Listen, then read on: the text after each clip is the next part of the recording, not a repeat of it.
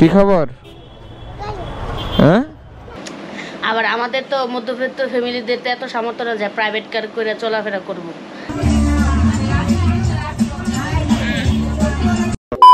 মানে এখন আমার বেবিকে নিয়ে, বাবাইকে নিয়ে এবং ওয়াইফকে নিয়ে বের হতে হবে। তাহলে কি আমি তাদেরকে একটা সিএনজিতে উঠাই দিয়ে তারপর আমি বাইক নিয়ে বের হবো? এমন কিছু হলে তো তাহলে আমার এটা কেনার মানে কি? ওই যে অলরেডি তার আইসা দাঁড়ায়াও আছে।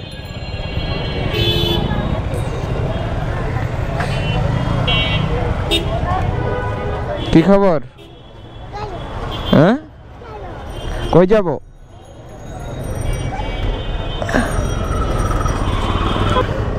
নামো, নিচে নামো। হ্যাঁ, সেই হচ্ছে বিষয় যে আমি যদি আমার ওয়াইফ বা বেবিকে নিয়ে রাইড করতে না পারি তাহলে কিভাবে কি করা যাবে বলেন আপনারা। সো দেখি এই বিষয়টা ম্যাডাম কি বলে। যাই, গিয়ে তো একটু বসবো, ম্যাডামকে বলি আসলে ম্যাডাম এই বিষয়টা নিয়ে কি বলে আমি দেখি।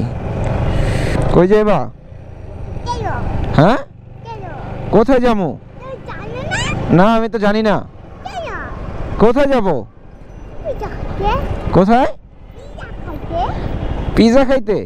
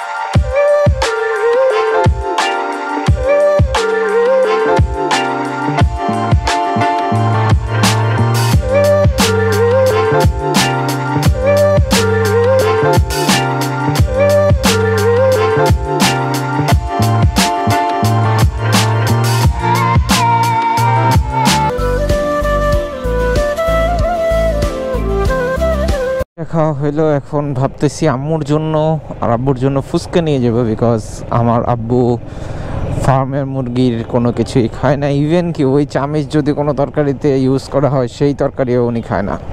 সো এর জন্য আপাতত ভাবলাম যে হয়তো ফুচকা নিয়ে যাই, তারা খাবে।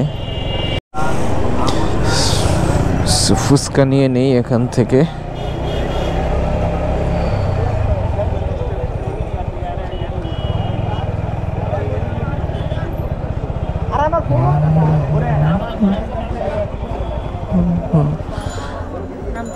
নামো, নাইলে মাউন্ট বেরো কম কেন সরো। হ্যাঁ, দাঁড়া, বাবা নামতে হবে আগে। না, আমরা পার্সেল নিয়ে যাবো গা। হ্যাঁ,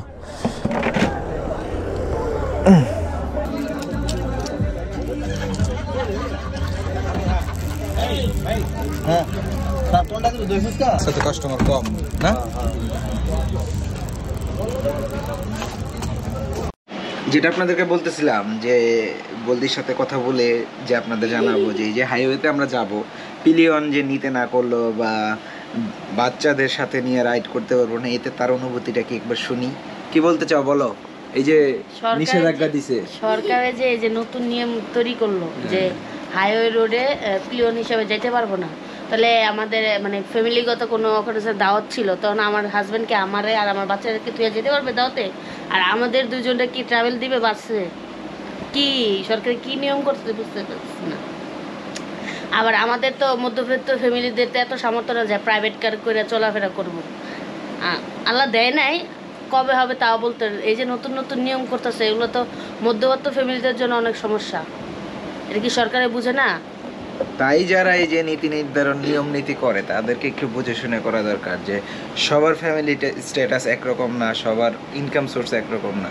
সো অবশ্যই আশা করি এটা পরিপূর্ণ হবে কি হবে না জানি না, বাট চেষ্টা করব যে না পরিপূর্ণ হোক। So, আবার অনেক- হায়ার রোডে 30 কিলো। আবার হুন্ডা। যেটা নাকি দিছে যে ঘন্টায় 30 কিলোমিটার দিতে হবে। সো যাই হোক, আমরা চাই অ্যাজ এ এই নীতি নির্ধারণটা অ্যাপ্রুভাল না হোক।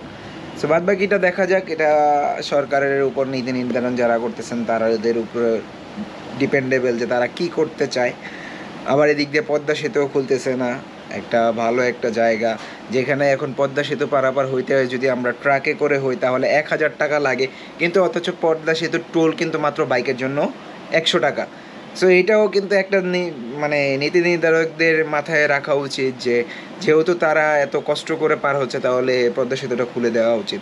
সো যাই হোক, এই ভিডিওটা শর্ট একটা ভিডিও ছিল, আশা করি ভিডিওটা ভালো লাগবে। সবাই ভালো থাকবেন, সুস্থ থাকবেন, সবসময় ফুল ফেস হেলমেট পরে রাইড করবেন।